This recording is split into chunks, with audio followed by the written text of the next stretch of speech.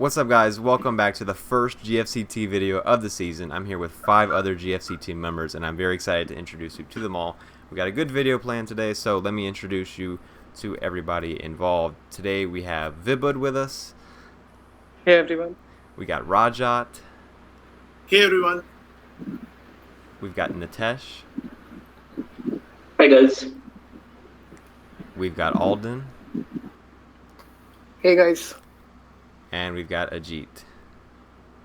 Hi everyone. Pleasure to be here. Awesome. Ajit, tell us a little more about the GFCT website. Sure. So I'll just share my screen. Give me a second. So this is our website. It's fplgfct.com. Our mission statement is right on top. The idea is to bring a lot of dedicated FPL managers together who have a common goal to do. We have all our admins on the chat, but you can reach out to us through Twitter anytime you'd like. And we have a lot of contributors like Barcelona, FPL Numbers. We have NetTed Hall team, etc., who always share their research with us. There are a whole lot of other people who do the same. If you like our blog, you can just follow our blog by putting in your email. I'll just share a couple of other pages. So people like Nitesh, Alden, Vibud, Rajat really put a lot of effort. They have a help session every alternate Thursday where we take people who are struggling or have genuine questions about their team, and we get everyone on the chat to discuss their teams and actually help them up the ranks. Of course, the base is set up by Alden, Nitesh, and Rajat, who come back with the first set of recommendations, which are built on the chat. We have a very strict zero tolerance policy because a lot of managers have had a lot of bad experiences in other chats, and we don't want that repeated here. We want people only to discuss FPL, so no charities, promotions, etc., stuff like that. Then for the registration, we have 2 free leagues that you can join. One is the FPL, the Road to Global FPL Glory, which the code is right here. You can join it. We have a prize for the league winner as well as a prize for the league cup winner. As for the cup, you don't need to do anything. It's set up itself, and you guys will just be matched within other people in the league. Currently, we have around 800 people in this league. And we have another one for the Indian managers. Same, we have 2 prizes. Both are sponsored by FF Hub. You'll get a 1-year subscription. And this has a league cup winner as well. And for our blog, that's here as well. You can simply come here and read about it, or you can follow our blog by setting up your email with us. So that's about it. Thanks. Awesome. So let's get into the first topic of the day, and that is these fixture difficulty rankings that I will pull up on screen now. We can see. Well, it's very.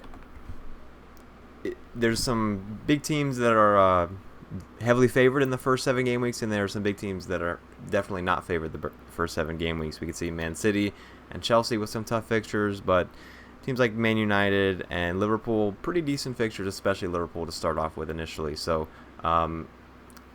how do we feel about these rankings going into game week 1 and game week 7, of course? And we will show the FDR ratings for 8 onwards, and we'll see a little bit of a change here. So, Alden, how do you feel about your boys Chelsea? You like Chelsea, right? Wait, Chase, are you sharing a screen? I cannot see the fixtures. No, I'm not sharing my screen. Okay, it's fine. No problem. Yeah, regarding Chelsea and their fixture tone, I think a lot of people are going into the strat of wildcarding in 7 and 8 because a lot of teams, including Chelsea, City, they have a fixture swing. Chelsea, City is Southampton, Palace, like the smaller teams, and then even Villa, and then United's fixtures turn bad. So that's one of the biggest fixture swings in the first half of the season. And regarding us jumping on them, there is absolutely no harm in going with the Chelsea defense from the start.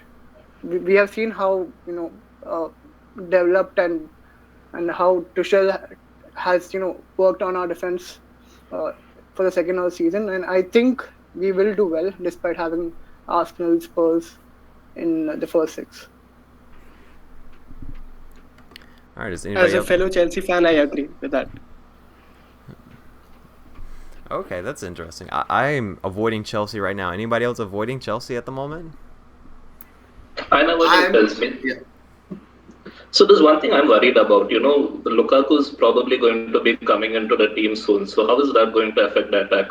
Because right now you've got Havertz pretty much playing as a striker, and you've got Timo and Mount behind him. But I think it might be interesting to see how the dynamics pan out once Lukaku's in. That is definitely an issue, but Chelsea attack in the first six is definitely an avoid. Like even I, as a Chelsea fan, I'm not going near it. But the defense is what I'm very interested in. Regarding Lukaku gelling with his team members like Kai and Hawa, like Timo, even we are not sure. We most probably think he'll play as a lone striker. We might see Kai be a support striker or player number 10. It's all in the air. But it's most probably going to be Lukaku playing as a lone striker, and Kai maybe as a support striker or on the right. So, as you guys can see, there's difference of opinion. It's certainly going to be interesting once the game week 8 comes around. A lot of people would join on Chelsea, and we can move on to those fixtures now. I use Chelsea as an example, but of course you can see on the table there are other teams that have fixture swings. Norwich around this time sort of gets better, so do Wolves and Leeds. So potentially a great time to wildcard. Does anybody already have this sort of time zone penciled in to wildcard? Personally, I don't. I'll probably end up wildcarding a little bit earlier. What was that? I think game week 7 is a good time to wildcard for a couple of reasons. One, if you look at the first international break in game week 4, it's a little too early to identify trends by that time, because it typically takes around 3 to 5 weeks for teams to settle down, and you might be jumping in a little too early. I remember last season a lot of folks made that mistake, me including, who jumped into City and Wolves early on in the season, but things didn't pan out the way we expected it to. I think that's something which wildcarding in game week 7 would give you, that little bit of time to see which teams to bank on and which players to avoid. Also, the international break in game week 4 is the end of the transfer window. So a couple of players we were discussing, the likes of Lukaku and even other teams, they've been linked to a couple of names, and those transfers haven't come through yet. It will give us some time to observe how those new signings fit in. And that coupled with the fixture swings, which you were mentioning earlier, I think all these reasons point to game week 7, 8 being a good time to wildcard. Awesome, great points. So let's move on to the first team of the day. Let me pull it up and make sure we have all the teams here. So team 1 is attacking the fixtures.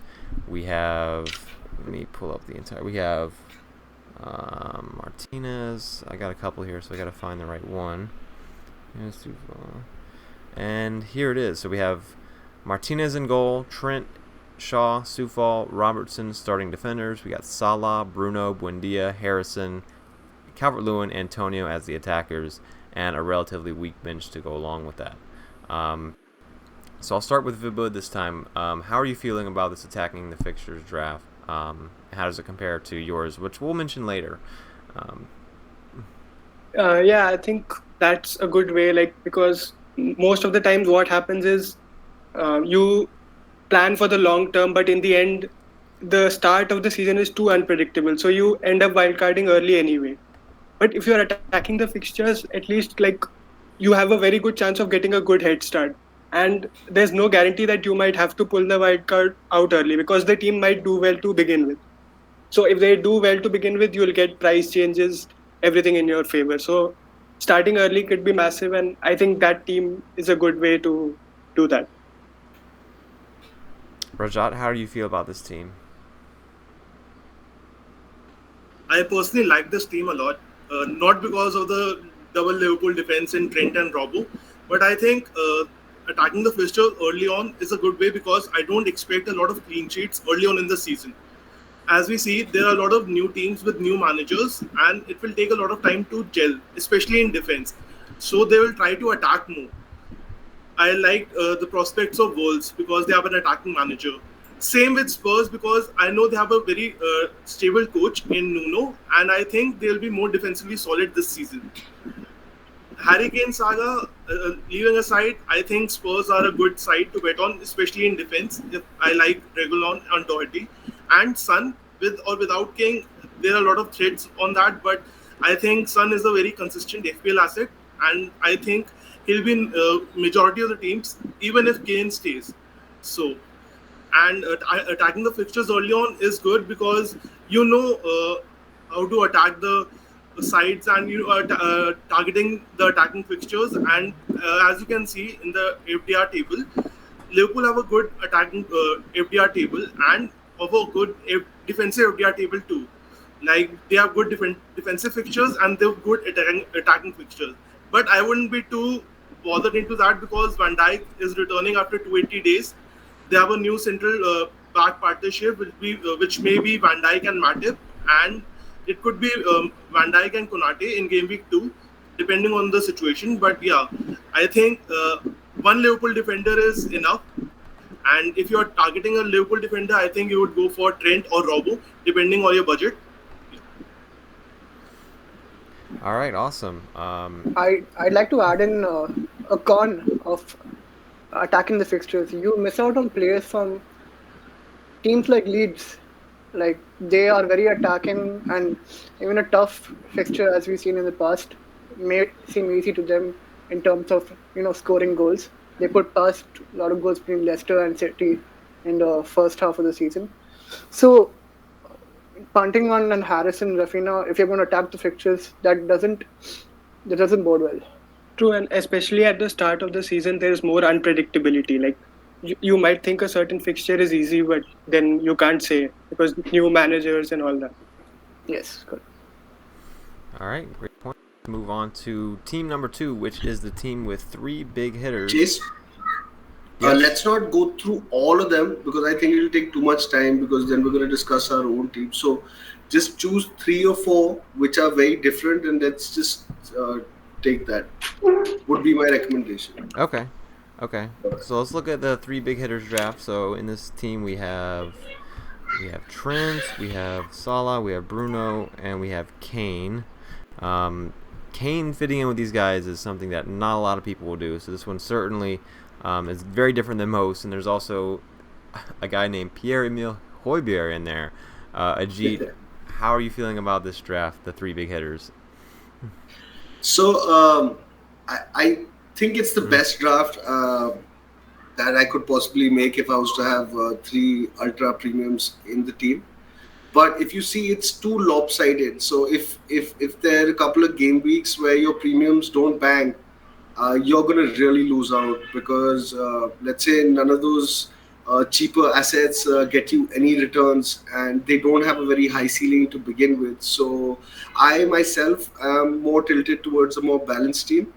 And I think with two premiums and probably 9-10 million midfielder where we have a couple of choices, let's say 8 to 10 million midfielder, like probably in Sun or Kai or someone else like that, they could complement a Salah and Bruno or a Salah and Kane for captaincy in the season rather than having Bruno, Salah and Kane. So I think I'm not in favor of this, and you see that it's very lopsided towards you betting on your premiums banging week in, week out, which just doesn't happen. All right, let's move on to the big at the back draft. It's always the discussion every season. People go big at the back, and then the theory is that they always end up changing at the last second for something more attacking. I personally think it can certainly work. I like all these players individually. I'm just worried about not having that other 7.5 striker. I'm a big fan of the 3 strikers at the moment, so this particular draft is a little bit off for me, but I don't think you can make the argument that any of these players are necessarily bad value.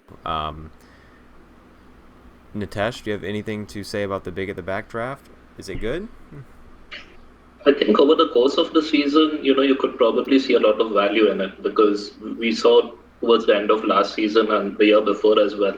Once you see these defenses from the big teams settling in, you can pretty much bank on them picking up clean sheets week in and week out. Added to that, their fullbacks are pretty attacking.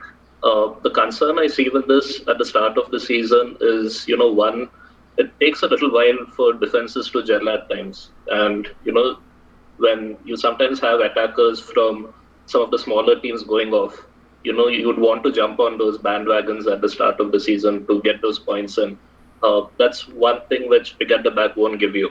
And the second point is building on to what you were saying about the mid-priced midfielders. Especially this season, there are a lot of good picks in the 6.5 to 8 million bracket. You can even think of 2, 3 players who you might want in your team. And that sort of puts you away from these guys because you're going with 5 guys at the back. You'd pretty much also want someone like a Salah and Bruno because you'd want to have captaincy options week in and week out. So I think these are 2 things you'll need to keep in mind if you go with this formation. Awesome. All right. And finally, we will move on to the template team. This is from FPL Black Box. Here it is as it stands at the moment. Sort of selected by Twitter team selected by percentage and overall team selected by percentage. So this is the most likely team you're going to come up against in all of your mini leagues. It includes Sanchez, Trent, Salah, Watkins. Those guys are very heavily owned in Twitter and overall.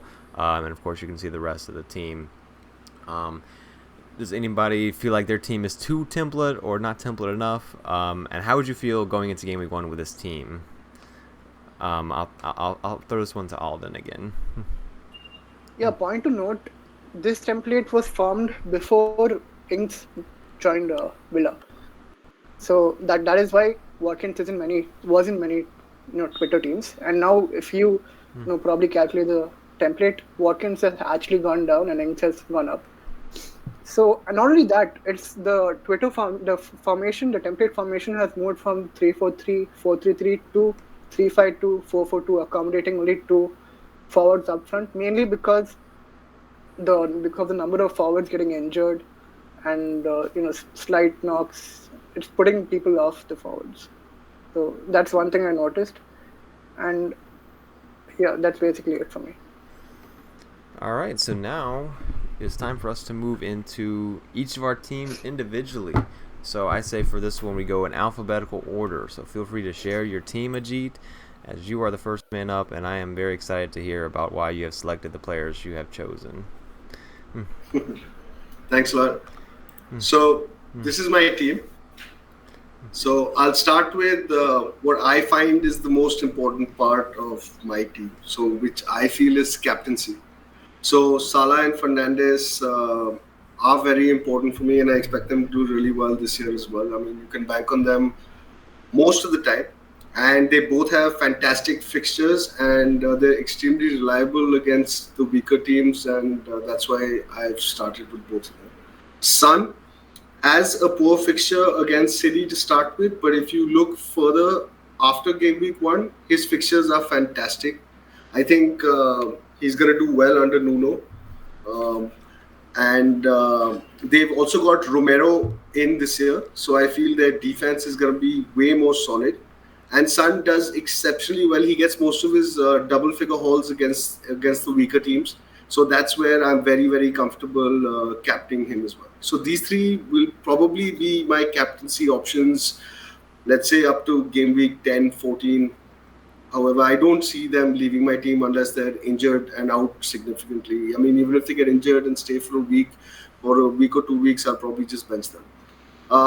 Then I'll come to Barnes. I was very, very pleased to see him back, and he had a great match yesterday in the Community Shield as well. So he's someone I've thoroughly enjoyed owning, and I think Leicester score a lot of goals. They're always amongst the top 3-4 teams for goals every season, and they have a very strong start. I think where they falter is towards the end of the season.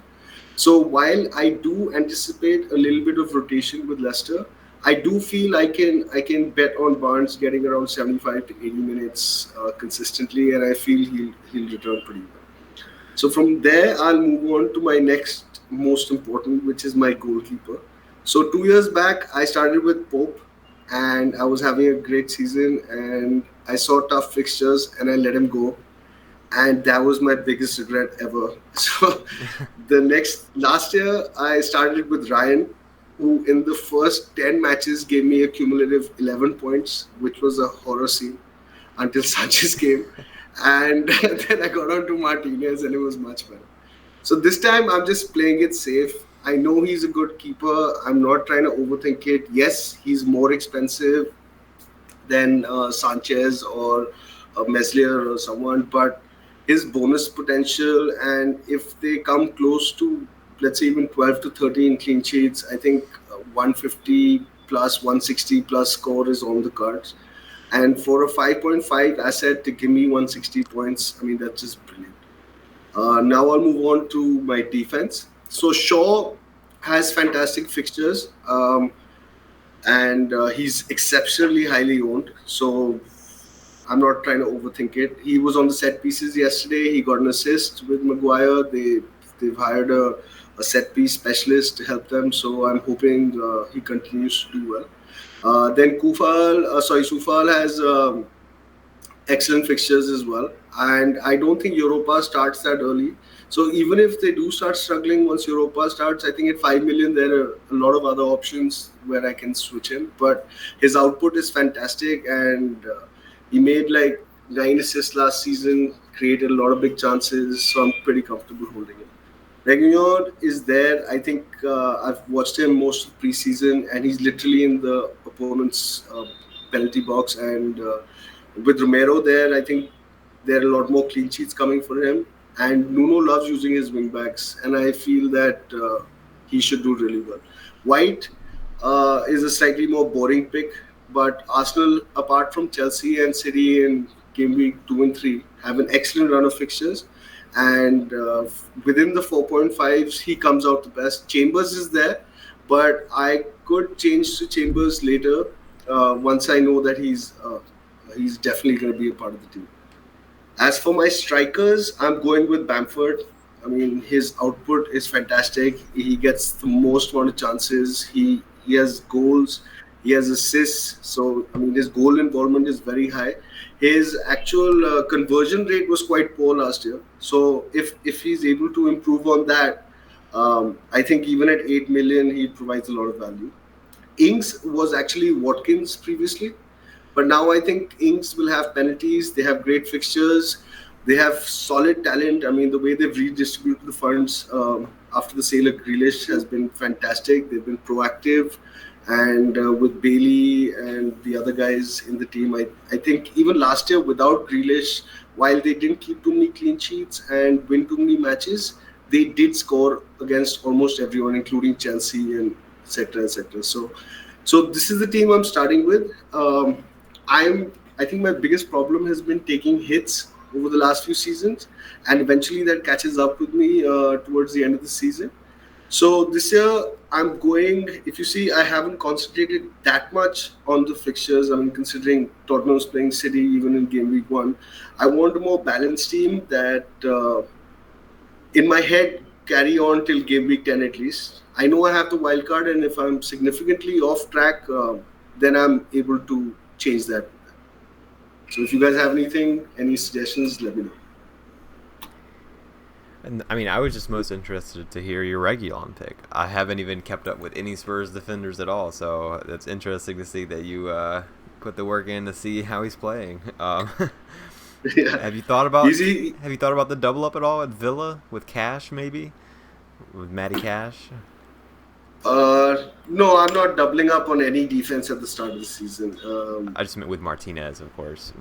Yeah, so I want to spread it out with the teams. I think if you saw, my bench is a little weak as well. I only have one confirmed. Obafemi might or might not play, depending on whether Tella's injured or not. And Johnson, I'm going with the assumption that he'll get 10 to 15 sub-ons. Especially if West Ham go deeper into Europa. So I don't want to double up on any defense. That hasn't worked for me. Even last year when I doubled up on Chelsea, that for those 4 or 5 game weeks, they didn't get a single clean sheet. So my luck is pretty poor on that side. So I'm happy going with these guys, and I'm sure by game week 5, game week 6, I'll have a lot more clarity as to who the assets are, and it'll be easy for me to switch that. Awesome. I'd like to intervene. Ajit, Yeah. what would be your exit strategy, or your maybe a player who would be a cash cow to fund Trent in case he bangs? That's gonna be tough. I think it'll be Barnes. Once. So I don't want to touch my 3 captaincy options. I think it. So I was playing around today, and it's unfortunately I have to say that I can't do it in two transfers. I'll have to do it in 3. So I'll have to be very sure of that move, and so I've tried keeping Trent in this team, but then I have to have a lot more 4.5s. Whereas, so I'm going with the assumption that my 5 million defenders can get me at a run rate of somewhere around 140, 150 points for the season. So if 2 or 3 of them can click at any given point, they could match Trent's 200. Is the assumption I'm hoping for. Now, whether that works or not, I'll have to see as the season progresses. And the bench would be something we'd have to work on too, because I actually honestly think the bench would be as important as it was last season. Like, we've heard about Norwich and how they haven't played one preseason friendly properly, except I think the most recent one was few days back, but the one versus Villa got cancelled, right? If I'm not wrong. Yeah. So I was thinking about that, and we recently got an update that everyone has to be vaccinated, so they'll get both their doses before they start the season. So I'm hoping that's adhered to, and but at the start of the season, I really want to be a little more aggressive, and as the season progresses, I'm hoping I can switch and change and find that extra 500,000 to add to my bench. All right, awesome. So now let's move on to the second team, and that will be from Alden. Show us your team, my friend. Yeah, so the formation is basically a 4-4-2 with Chambers first on bench. The backbone of my team would be Salah, Fernandes, Trent, and 8 million or 7.5 striker. That's right now Bamford. I've gone with Chambers, Konsa, Shaw, and Cresswell to accompany Trent. Foster and Backman goalkeepers. Rafinha, Salah, Fernandes, Greenwood, and Gibbs White in midfield, and Cucho, Antonio, and Bamford up front. So I will usually be playing a 4-4-2 with Chambers, Cucho, and Gibbs White benched. The idea behind the concept pick is I was actually on target the whole time since my first draft, but I moved to concept because he has missed the most big chances among all defenders last season. I think it's total of 7 or 8. I'm not sure. And this season it can only get better with Bailey and Windia, at set pieces and taking corners. So I think this should help him a lot. And he's just a little punt of mine. I can always move down to a 4.5. He doesn't work out. And when his fixtures turn, I can get Chambers on. That's they have a pretty good, not great, but pretty good rotation in that aspect. And my decision with Chambers over White is basically the minutes per baseline points. Chambers is like 6.3 and White is 7.4. It's not a big difference, but I don't think White will accumulate. Since he's not a great header of the ball, I don't think he's going to accumulate a lot of baseline bonus points anyways. Since we have to include headers and interceptions and tackles, headers in the opposition box will count for that. Shaw and Trent, classic template. I'm not going to explain them. Cresswell, I did want to go Stones over him. That is one spot I will have to decide on, but I like West Ham's fixtures long term. Coming to the midfield, I've kept that 7.5, 6.5. It's still under consideration. I can always shift to a 4-5-1, upgrade Greenwood to Mahrez, and downgrade Bamford to a 4.5 ish, and I can get another like 7.5 midfielder. So that way it's flexible, but I'm more inclined to keeping Greenwood now since Cavani is not assured a start. He's not even started training as far as I know. Rafinha and Bamford, I'm just trying to get on the template before the template is found. Basically, I think many people are going to get on Leeds assets from game week 5. They will at least want one or two assets, and if I already have them, I can focus on getting better picks. Like I'm basically be ahead of the crowd. Ben Rama is also a consideration at that point, but I'm not sure of his nailedness. Gibbs White as fodder, it's up in the air. Like he's not nailed unlike Brownhill, but he has higher upside.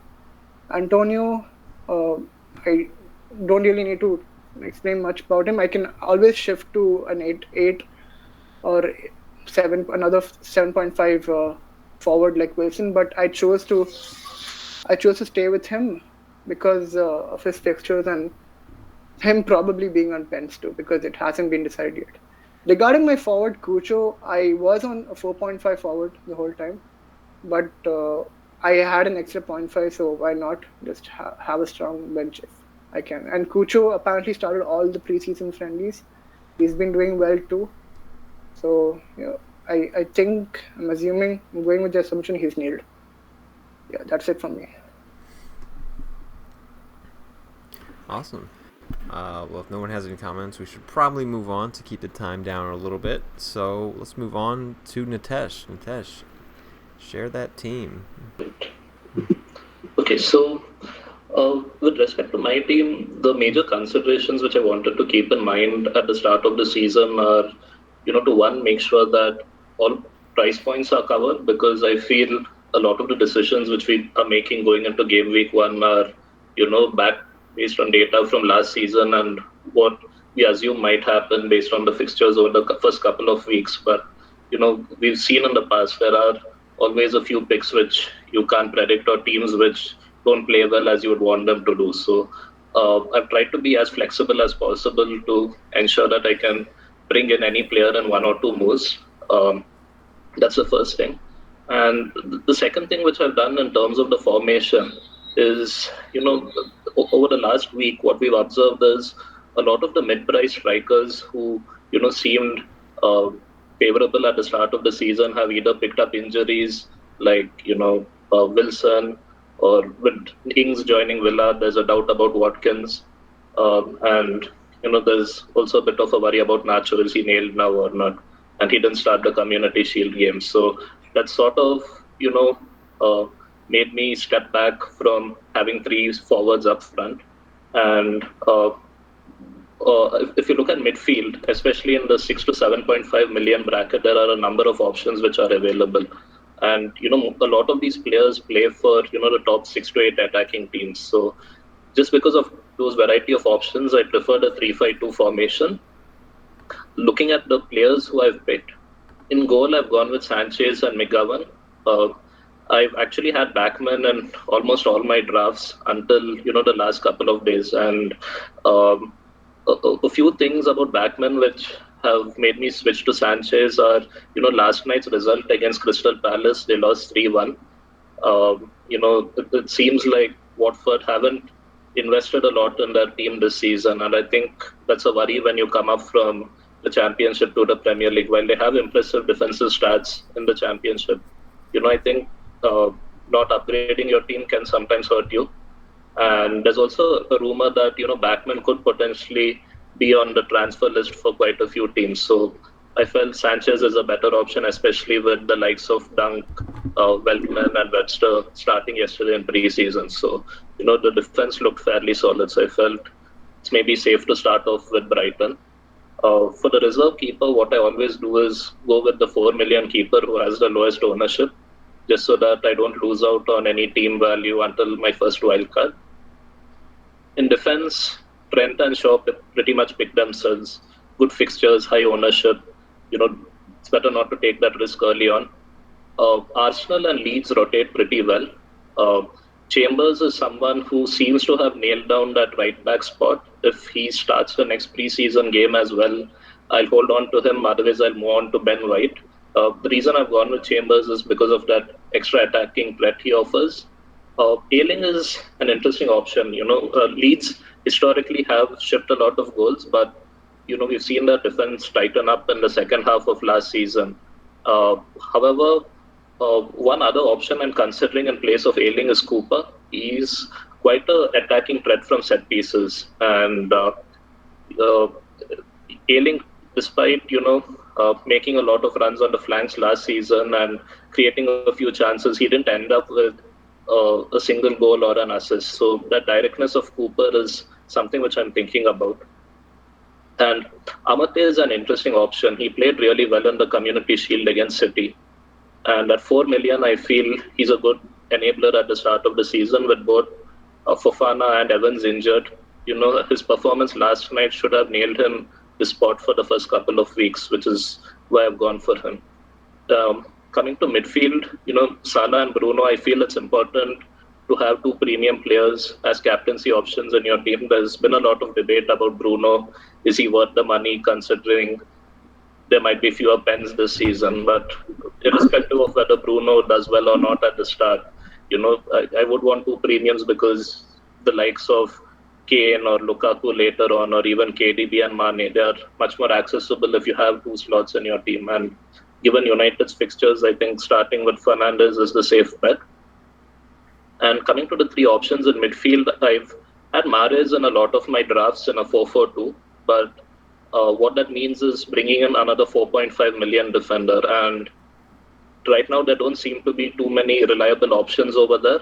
So what I've done is I've downgraded Mahrez to Gundogan and used that extra 1.5 million to bring in Benrahma. Benrahma has been electric in the last few games for West Ham, pretty much picking up a goal or an assist in every game. And with KDB out for a little while, it looks like Gundogan could be nailed for the first few weeks. I like the fact that apart from the Norwich game, he has Spurs in the first fixture. He bagged 2 goals and an assist against them last season. So fond memories there, I hope. He's under the radar pick who does well. Now with Harvey Barnes, what I like with Leicester's fixtures are in the first 10, they just play 2 of the big 6 teams, United and City. So, Barnes could be a set and forget option during that duration. And if you look at the first 3 fixtures, they've got Wolves in game week 1 who are right now playing a high line. I feel with Barnes' speed, he should be able to run in behind those defenses. He's looked sharp and hasn't seemed to have lost any pace in the last couple of preseason games. And he could also probably be a captaincy option in game week 3, depending on how Salah and Fernandes are doing, because there are a few tricky fixtures in game week 3, and he could be a out-of-the-box captaincy option if he starts well. However, one thing I would like to add is Barnes, Benrahma, and Gundogan. I think I've probably not locked down on these 3 players just because of the sheer number of options you have in these positions. So from Leeds, you've got Rafinha and Harrison. Dele Alli is someone interesting from Spurs who, seems to have been working hard in preseason. He's someone I quite like the look of as well. Maybe not from game week 1, but maybe possibly from game week 3. Gundogan to Dele Alli could be a switch. So that's something which I'll continue to evaluate over the next week and see who I'd want to start with. Moving to attack, I've gone for the Antonio and Benrahma double up for a reason similar to what Ajit was saying earlier. West Ham have a good start, and the Europa League doesn't kick off until game week 4-5. So at least for the first few weeks, I think we should see West Ham going all out in the league and not having too many injuries, hopefully. So the fact that they've had most of their squad for the whole of preseason should ensure that they get off to a solid start. So I like that double up. There's also a outside chance of Benrahma being on penalties. Apparently, the last penalty which West Ham got in preseason, Benrahma actually picked it up before Mark Noble took it. And since Declan Rice missed West Ham's last penalty, there's a slight chance of him being on pens. So that's something to look out for. And with Danny Ings, I like Villa's first 3 fixtures, but I just want to see if Ings is going to start the next preseason game and how he does. But because long term, I feel Ings and Watkins having both of them together is probably going to affect Watkins a lot more because he's that guy who likes working hard on the flanks, pressing the defense. I feel Ings could benefit a lot more, especially if he's on pens. But is it too early to go on Ings? Maybe. So if he doesn't start or impress in the first preseason games, I'll probably go for Bamford over here because Leeds are pretty much fixture proof in attack, and the fixtures from game week 2 are actually pretty decent. Everton didn't really, seem to have found their groove just yet. They got hammered by United yesterday, and Leeds have Burnley in game week 3 before their fixtures really open up. So I think, like Alden was mentioning, Bamford could be a good option to bring in early on. So this is my team. Surprised you didn't go for Greenwood. I mean, I'm actually considering Greenwood and Mane instead of Mane. Yeah, I mean, considering the fact that Norwich haven't had a whole preseason, right, and Liverpool's team has been together for the last month, I'm actually considering, Mane as an option and Greenwood to cover him just for the first game. I mean, long term, I would want Bruno back, but I'm just thinking, would it be worth playing the fixtures? Right now, I'm probably not going to do it because Leeds haven't looked too good defensively as well. They've been shipping quite a few goals in pre-season, so I'll probably continue to stick with these two. But maybe Greenwood over Gundogan could be an option. I had a chat with a few Leeds fans when you asked me about the corners and set pieces. I had to talk to a few about them. And they told me, don't worry about our defense. We usually don't take preseason games seriously. I don't take their word. I'm not taking their word. There's no way I trust them. They're probably just biased, but regarding the set pieces thing you asked, Rafinha takes it on the right, and Dallas and Harrison takes them on the left, and even Phillips gets involved sometimes. Yeah, I mean, that's one reason why I prefer Bamford at the start. You know that he's going to be the focal point for all of Leeds' attacks. So he's probably the best option to own. And even last year, right, Bamford was someone who was pretty much a lock in my team since game week 6 all the way up to 38. I brought in Rafinha or Harrison at different points of time, but I feel, at least with Bamford, that you're pretty much going to get a goal every other game, and it also looks like he's nailed to start right now. Rodrigo is playing in the 4-man midfield behind him, so I think that augurs well for Bamford. That's mainly because Firpo is, he's taken a slight knock, I think, and since he's not playing, Dallas has moved to left back, and now Rodrigo gets to play. Otherwise, Dallas moves to midfield, and there's competition between him and Rodrigo. So there was this one preseason game which Firpo played where Dallas was still in midfield. So Click was on the bench in that one. So I think that could also be a possibility. But, something to watch out for. Awesome. So, Rajat, my friend, share that team. So I'll start with a 3-4-3 formation, and I have two 4.5 goalkeepers because they rotate well. I have Sanchez in goal and Bachmann in goal. Brighton conceded a lot of silly goals last season, and even though their expected goals conceded was the third best, I trust in Brighton defense even with the departure of Ben White. With Bachmann is a good option to have as he rotates well with Sanchez. Another 4.5 goalkeeper I am considering is Raya, who is from Watford. My team has three main players, which is Trent, Salah, and Fernandes, and I'm building my team around that. In my defense, I have Trent, Shaw, Kufal, Chambers, and the new boy from Chelsea, which Southampton are recently signed, Livramento. And Trent, I guess, has very good fixtures, and his opening fixtures are Norwich, Burnley. Chelsea is a tough one, but Leeds, Crystal Palace, Brentford, and then another tough fixture in Manchester City. But I expect Trent to get a lot of attacking returns in them. I don't expect a clean sheet, but I want Trent in my team because of his attacking prowess, and as he was the second highest point scorer in defense with 160 points, so I want him in my team. Shaw, he has a 50% ownership, and I'm building my team around him because he's very reliable in defense. Manchester United have good defensive fixtures to attack with, and they have good fixtures till game week 8 to attack with also. That's why I have Shaw and Bruno in my team. Uh, with my other defenders, I have Soufal, who is the West Ham defender, and he has good fixtures. West Ham have good fixtures, and at 5 million, I think is a very good bet. And Soufal also scored 128 points last season, and had 8 big chances created in 2021. With my fourth and fifth defender, I have Chambers and Livramento. I don't intend on using them, but Chambers I have from Arsenal because I think Arsenal will have a lot of clean sheet this season. They are not in Europe, and Arteta will try to build from the back. And if Chambers nails his spot as a right back or a centre back, I think he's a good option to have.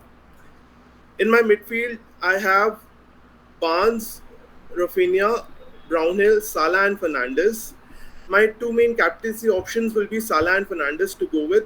Salah, as we know, is a FPL guru, and along with Fernandes, he Salah scored 231 points last season. He scored 22 goals in that and 6 assists and had 11 clean sheets. He has had a full preseason along with Mane, and I think it's a great captaincy option in game week 1 against Norwich away. Salah also had 48% goal involvement in FPL, and he's a talisman. Same with Bruno. I want to build my team with Bruno, even though in my earlier draft he was not there, but I trust Bruno because he scored 244 points. And with signing of Sancho and with Greenwood also cementing a place, I think Bruno will be a good, safe and good explosive option. He created 48 chances this calendar year, and he is not playing any of the tougher fixed opponents until game week 8. He also had 47% goal involvement in 2021 with Rafinha and Bamford from Leeds. Rafinha, I guess, is a very good asset to own because he rewarded me last season very well, and I trust Leeds attack more. That's why I don't have any defenders from Leeds. So Rafinha is there in my team, and at 6.5, he's a good option to have. Another option which I would consider in the future is Saka. In my forward lineup, I have Antonio, Bamford, and Tony. Antonio is the talisman for West Ham. He'll be involved in everything West Ham does, and he created 10 big chances in game week from game week 25 to game week 38. He scored 118 points in total with 10 goals and 5 assists. Bamford, he scored 194 points. He had a 55% FPL goal involvement in 2020-21 season, and he is a talisman. And he's also on penalties. So I love Bamford. Tony, I'm not so sure about, but I think Brentford are a team to look out for. I don't trust their attack more, but Tony is someone I can afford right now, and he'll make way for Pookie in game week 5. Pookie or Abraham. If Abraham moves from Chelsea, then Abraham will be in my thinking, and that's it. Awesome. Thanks for sharing. Now we're down to me and Vibud. Vibud, would you like to go next and share your team, my friend? So I'll go from back to front.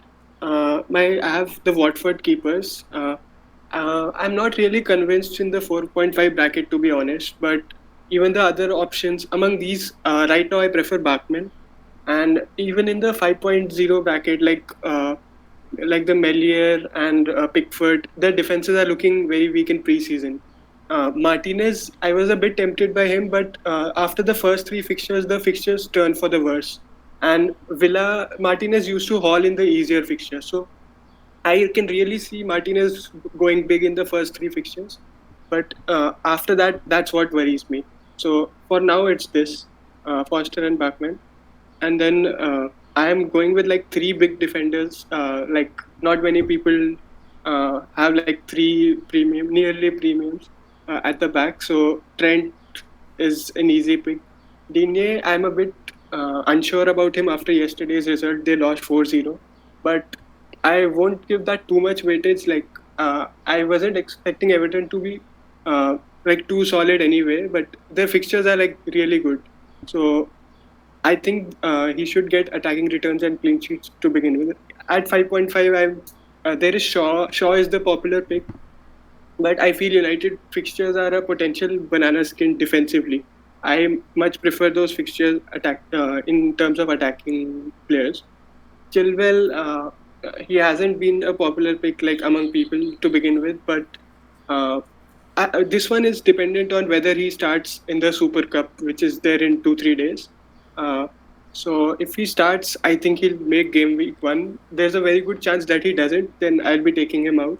But I really fancy him. Like I think Chelsea are capable of keeping a clean sheet against almost anyone. And the first picture is great, Crystal Palace. And unlike most fullbacks, like suppose Digne gets assists, but he doesn't really score much. And Chilwell can do both. He can get goals and assists, and he has great underlying stats in both. Almost like he's as good as any defender. Like after Trent, I would say. So Chilwell is that one. And Veltman, I need a fourth defender who will barely play usually. But this like he covers COVID, and what I like about Chilwell is if when he gets benched, he doesn't come on. So if he doesn't come on, I get Veltman. So I don't really mind that. Like Brighton also, even against even tough games, Brighton also do well. That's not ideal, but I don't mind that. And then uh, yeah, it's a bit of a differential midfield, but it's not uh, differential for the sake of being differential. I think they are actually good picks. Uh, so Trossard is the maybe I would say questionable one because you would not have seen him in many teams. But I was really liked how he played in the second half of the season, and Brighton underperformed. I think he's a good player, and I am expecting him to have a good season. And Brighton, I think they'll end up signing a good striker. Watson, Edward, Abraham, these are the linked players. I guess Edward is a likely signing, or some other good striker. I think that should help his cause. Barnes was really impressed by him yesterday. Always liked him as a player, and as others who have him earlier, I think Ajit and Nitesh have him. They mentioned like he has great fixtures, and it's a good way to enter the Leicester attack. Actually, Vardy, I really like. Vardy looked sharp yesterday, but he's just too expensive. And Barnes is a good and great value player. Salah, there's no need to even mention why I have him. Same goes for Fernandes. And Benrahma, again, like another player who has caught the eye in preseason. I have rated him from his Brentford days. And I really was a bit disappointed with him last season. Like, he could have done a lot more. And I expect him to step up. Nailness isn't a guarantee, but I think to start the season, he should be, like, based on his performances. So, like, Benrahma and Trossard, these will go down to the wire. But right now, I'm going for them. Wilson, again, this recent injury concerns, but I think he played yesterday. I really like. Many people complain that Wilson doesn't return for them in FPL. I have always enjoyed owning him. Last season, also I started with him, and even though he was 6.5 last season, he served me very well. Like I missed out on the DCL bandwagon at the start, but Wilson covered for that more or less. Ings again playing up top for Villa. I think he will be the focal point. Watkins might be more of a creator, or like even Watkins, I expect him to go get goals, but Ings on penalties as well. And for the first three, you just if you wait and see, it will be gone. It's like he has a lot of potential. This pick, and then Obafemi, he's playing a bit in preseason. Don't expect much from him, but I guess second or third. So that's my team. Awesome, guys. Thanks for sharing. I suppose now it is my turn. So you guys can see my team in the chat. I actually just made some changes to my team, and that was to bring Gundogan back in because I heard the reasons for Gundogan again, and I'm like, you know what? Let me go back to him. So that was interesting. But I have Sanchez in goal. I'm not too confident in the Brighton defense anymore, but at 4.5 goalkeeper spot, I really don't want to go higher than that. I don't think I think the 0.5 is just such a bigger upgrade in all the other positions. I just can't get away from Sanchez at the moment. The fixtures are still decent, and even if Brighton are the worst teams in these easy fixtures they have, he still has a chance of getting some saves. So not a terrible pick, I don't think. Just the money is not worth it to upgrade, in my opinion. Shaw and Soufal, well documented. I'm glad to see the support here. I've thrown Shaw back in the team after his friendly performance. Soufal, I think he was a little bit unlucky not to get more attacking returns last season. Robertson's in there because I needed the 0.5. Otherwise, it would be Trent, and I felt like that was a pretty decent way to get 0.5, because in most cases, I feel like they'll get a similar amount of points. So I'm like, you know what, that 0.5 may be best used elsewhere. And one of those places is to get Gundogan instead of Rafinha at the moment. As much as I love Rafinha, and I think he's one of the safest picks you can go for, I do really love Gundogan in this spot. He was subbed off early in the friendly, and I know they may experiment with Grealish taking over some of his positional roles in the 8, or at least those were rumors I've heard. But I think as long as Gundogan is starting games, he's got great value at only 7.5, and I would expect, due to KDB being out, as previously mentioned, I think he's a great option. And at only 7.5, man, when you look at his numbers from last season, especially when he was on that hot streak, these are the sort of players we want to get and sort of take a little bit of a risk on, if you could even label it a risk. Buendia makes the team.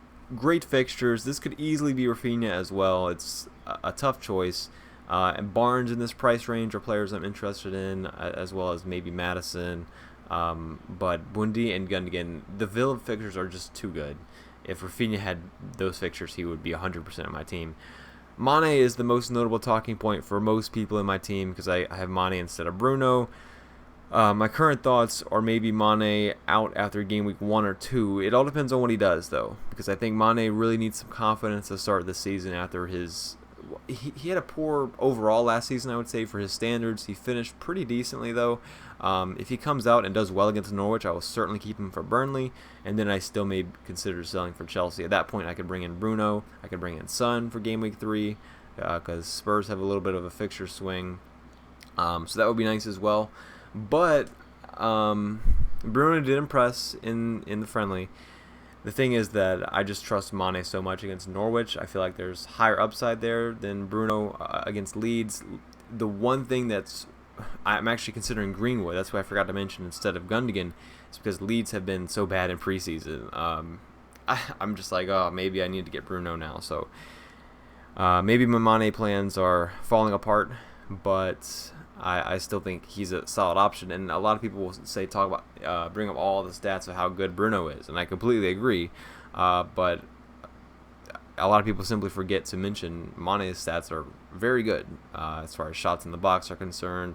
He averaged more shots in the box than Kane, and of course Bruno. Bruno doesn't get that many last season. So Salah's in there, of course, captain 100% of the time. Ings, Antonio, and Wilson. I love the 7.5 forwards. What can I say? Antonio, Ings, and Wilson are probably the best way to sum them all up is when they're healthy, they're good, and when their teams are doing good, they're awesome. With pretty decent fixtures for all of them. Maybe not Wilson. I still think Newcastle could start the season well, but with Ings and Antonio, as long as we know Ings is going to start with those 3 fixtures, he's 100% going to be at my team. And Antonio, he's 100% going to be in my team as well. He's just too good to pass up. Very cheap bench right now. If I went Gundogan to Rafinha, I would probably have like Ben White and Ayling on the bench. But at the moment, this is my draft. I would say the biggest concerns I have are the Buendia Gundogan situation where it could be Rafinha. I could spread more money to the bench. But overall, I would say the team is pretty set. Soufal, a Liverpool defender, Mane and Salah, definitely the 3 forwards. That's how my team's going to look, and I'm going to probably roll out with a 3-4-3 formation. Maybe I'll find a way to bench Rafinha game week 1, but overall, definitely a 3-4-3, and I'm feeling pretty good about the team overall. A little bit reliant on a couple of teams, I would say, but I have no problem with doing that. I do that all the time. So, yeah, that concludes my team. Thank you to everybody for sharing their team and joining me today. it was a long video, but it was very good to get everyone's thoughts. So, does anybody have any closing remarks they would like to share? No, nothing. Thank you so much, guys, for making time on a Sunday. And I'm hoping that going forward, we guys can get together whenever we're doing something drastic with our teams. Probably get some guys from the chat as well to join us going forward. So thanks a lot and all the best this season. Yeah, thank you guys again. Yeah. I will say, because there are Good luck, so many all. people, like, I would love to have more cross conversation. That's what makes these videos fun a lot of times. But there are just so many people. I just wanted to, get your teams in, hear your thoughts. But in the future, if we have a video with just like, there's only a week left, I may ask you to like, hey, come, let's discuss our teams and compare our teams for a video. Like, I think that would be fun as well. So, thank you guys for waiting patiently for your turn and doing a great job explaining your teams. And if you watch this far into the video, you should definitely like and subscribe and check out the GFCT website if you haven't already. But with that said, I will see you guys next time. Thanks for watching. Bye.